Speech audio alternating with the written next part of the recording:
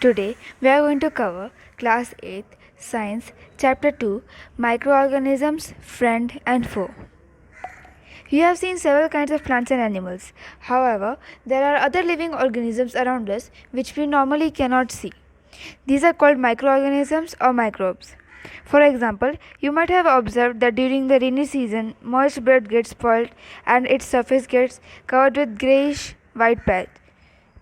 So these are microorganisms too. Water and soil are full of tiny organisms, though not all of them fall into the category of microbes. So, if we want a definition for microorganisms, it is living organisms we cannot see with unaided eyes. And these can be seen with the help of the instrument called microscope. That's why these are called microorganisms or microbes.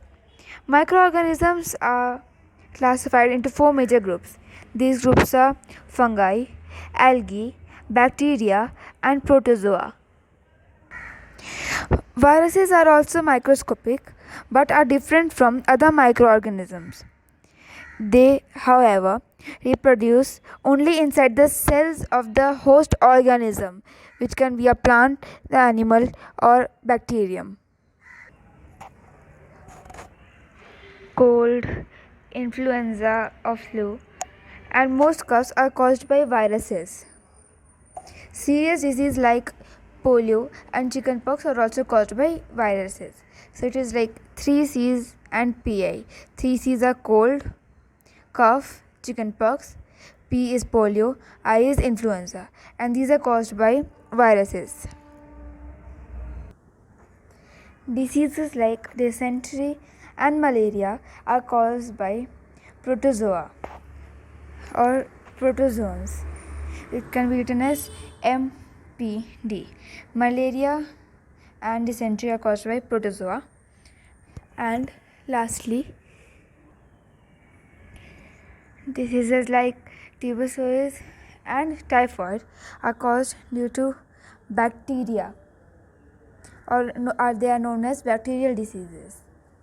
So it can be written as T2B. Where do microorganisms live?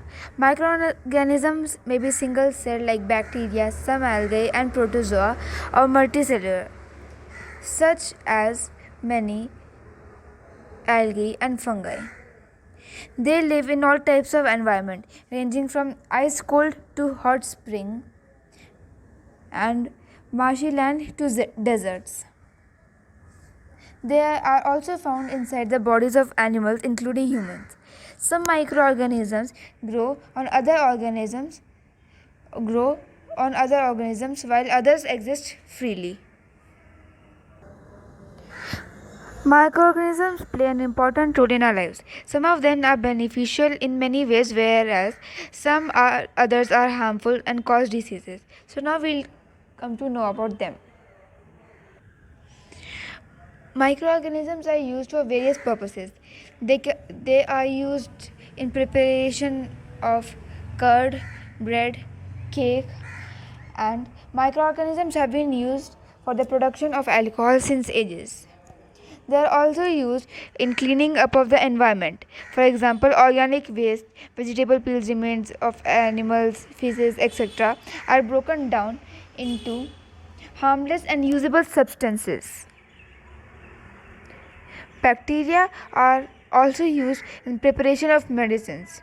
In agriculture, they are used to increase soil fertility by fixing nitrogen, as we studied in last year about rhizobium. So now, making of curd and bread. Curd contains several microorganisms.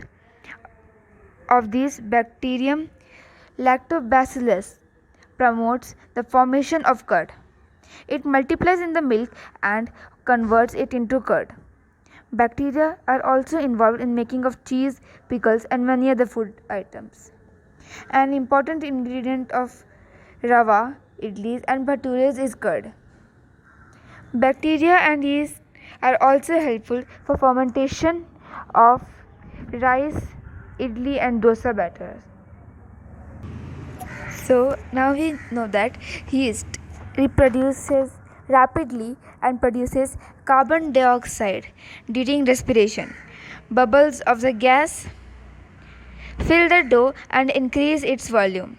This is the basis of the use of yeast in the baking industry for making breads, pastries, and cakes. Now let us know about the commercial use of microorganisms. Microorganisms are used for large-scale productions of alcohol, wine, and acetic acid. Acetic acid is also known as vinegar. Yeast is used for commercial production of alcohol and wine. For this purpose, yeast is grown on natural sugars present in grains like barley, wheat, rice, crushed fruit juices, etc.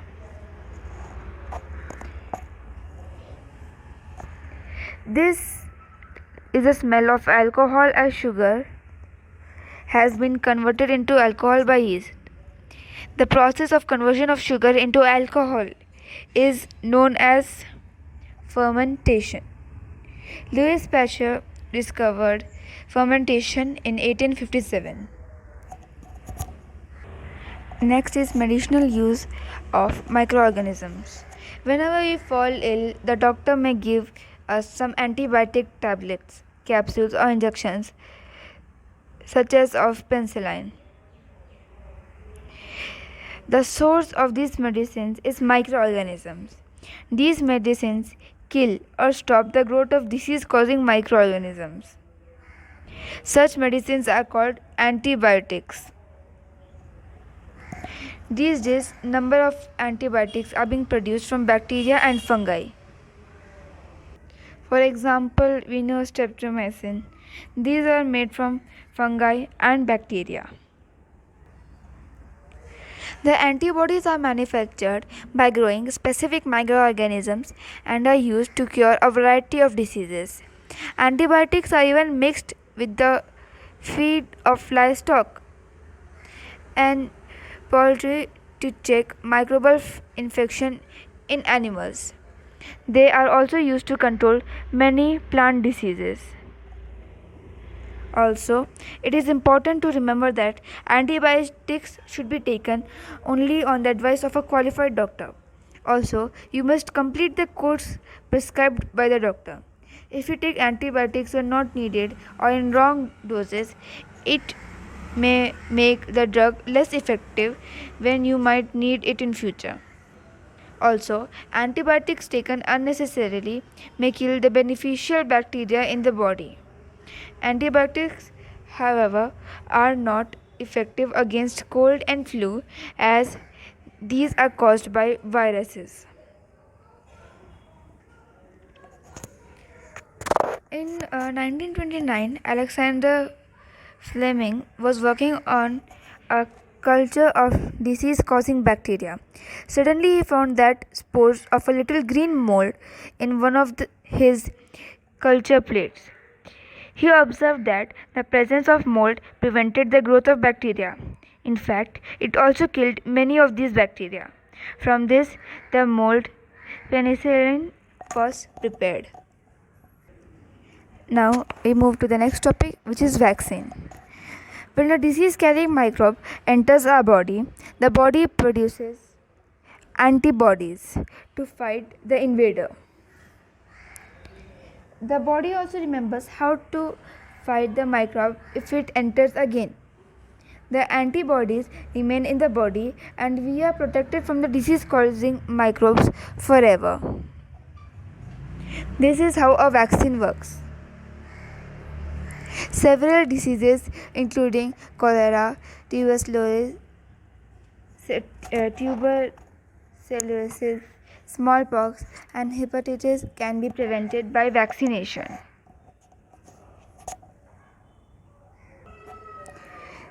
These days, vaccines are made on a large scale from microorganisms to protect humans and other animals from several diseases. The next topic is increasing soil fertility. Some bacteria are able to fix nitrogen from the atmosphere to enrich soil with nitrogen and increase its fertility. These microbes are commonly called biological nitrogen fixers. And this was inside increasing soil fertility. The next topic, cleaning the environment. The plant waste is converted into manure by the action of microbes. The nutrients released in this process can be used by the plants again.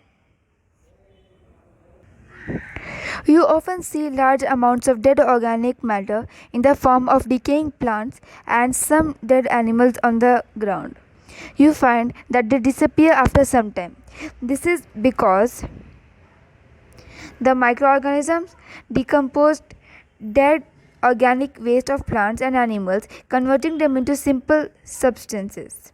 These substances are again used by other plants and animals. Thus, microorganisms can be used to degrade the harmful and smelly substances and thereby clean up the environment. These were the friendly microorganisms. Now, moving on to harmful microorganisms. Microorganisms are harmful in many ways. Some of the microorganisms cause diseases in human beings, plants, and animals. They are called pathogens. So, the pathogens are the microorganisms that cause diseases in plants, animals, and humans. Some microorganisms spoil food, clothing, and leather. So now we are going to study about them. First, disease causing microorganisms in humans. Pathogens enter body through air, water, and food. They can also get transmitted by direct contact with an infected person or carried by an animal. Microbial diseases that can spread from an infected person to a healthy person through air, water, food, or physical contact are known as communicable diseases. For example, these include cholera, common cold, chickenpox, etc. When a person suffering from common cold sneezes, fine droplets of moisture carrying thousands of viruses are spread in the air. The virus may enter the body of a healthy person while breathing and cause infection. There are some insects and animals which act as carriers of diseases causing microbes. Housefly is one such carrier. The fly sits on the garbage and animal excreta. Pathogens stick to their bodies. When these flies sit on uncovered food, they may transfer the pathogens. Whoever eats the contaminated food is likely to get sick. So we should always keep our food covered. Avoid consuming uncovered food items. Another example of a carrier is the female Anopheles mosquito, which carries the parasite of malaria, known as Plasmodium. And there is the female Aedes mosquito that acts as a carrier of dengue virus. All mosquitoes breed in water, hence one should not let water collect anywhere, in coolers, tires, flower pots, etc.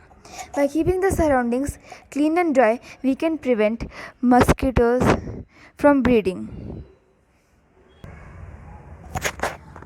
In the textbook, there is a table of some common human diseases caused by microorganisms. So, for any exam, it is important to study the table so that we are able to answer the questions properly. Moving on to disease causing microorganisms in animals. Several microorganisms not only cause diseases to humans but to plants and animals too. For example, anthrax. It is a dangerous human and cattle disease caused by a bacterium. And foot and mouth disease of cattle is caused by a virus. Now the next topic, disease causing microorganisms in plants. Several microorganisms cause diseases in plants like wheat, rice, potato, sugarcane, orange, apple, and many others. The diseases reduce the yield of the crop.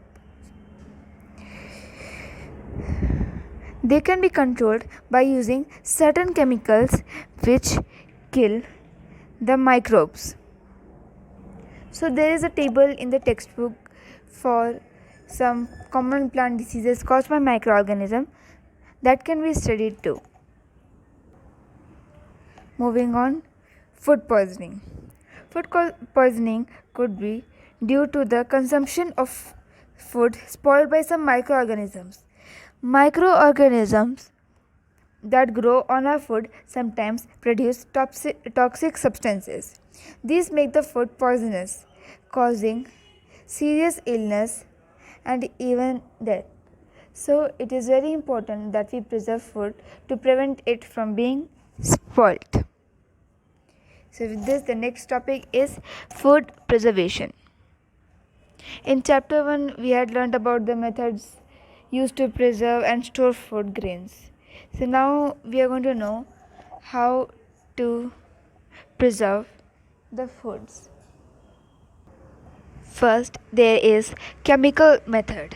Salts and edible oils are the common chemicals generally used to check the growth of microorganisms. Therefore, they are called as preservatives. We add salt or acid preservatives to pickles to prevent the attack of microbes. Preservation by common salt. Common salt has been used to preserve meat and fish for ages. They are covered with dry salt to check the growth of bacteria. Salting is also used to preserve amla, raw mangoes, tamarind, etc. Preservation by sugar. Jams, jellies, and squash are preserved by sugar. Sugar reduces moisture content, which inhibits the growth of bacteria which spoils food. Sodium benzoate and sodium metabisulfite are common preservatives and are used in jam, jellies, and squash. Next, preservation by oil and vinegar. Use of oil and vinegar prevents spoilage of pickles because bacteria cannot live in such an environment. Vegetables, fruits, fish, and meat are often preserved by this method. Next, heat and cold treatments. Boiling kills many microorganisms. Similarly, we keep our food in the refrigerator. Low temperature inhibits the growth of microbes. Pasteurized milk can be consumed without boiling as it is free from harmful microbes. The milk is heated to about 70 degrees for 15 to 30 seconds and then suddenly chilled and stored. By doing so, it prevents the growth of microbes. This process was discovered by Louis Pasteur. It is called pasteurization. And then we have storage and packing. These days, dry fruits and even vegetables are sold in sealed airtight packets to prevent the attack of microbes. Nitrogen fixation. We had learned about the bacterium known as rhizobium. It is involved in the fixation of nitrogen in leguminous plants or pulses. Rhizobium lives in the roots of leguminous plants such as beans and peas, with which it has a symbiotic relationship. Sometimes nitrogen gets fixed through the action of lightning. But you know that the amount of nitrogen in the atmosphere remains constant. So now we are going to know how with the nitrogen cycle.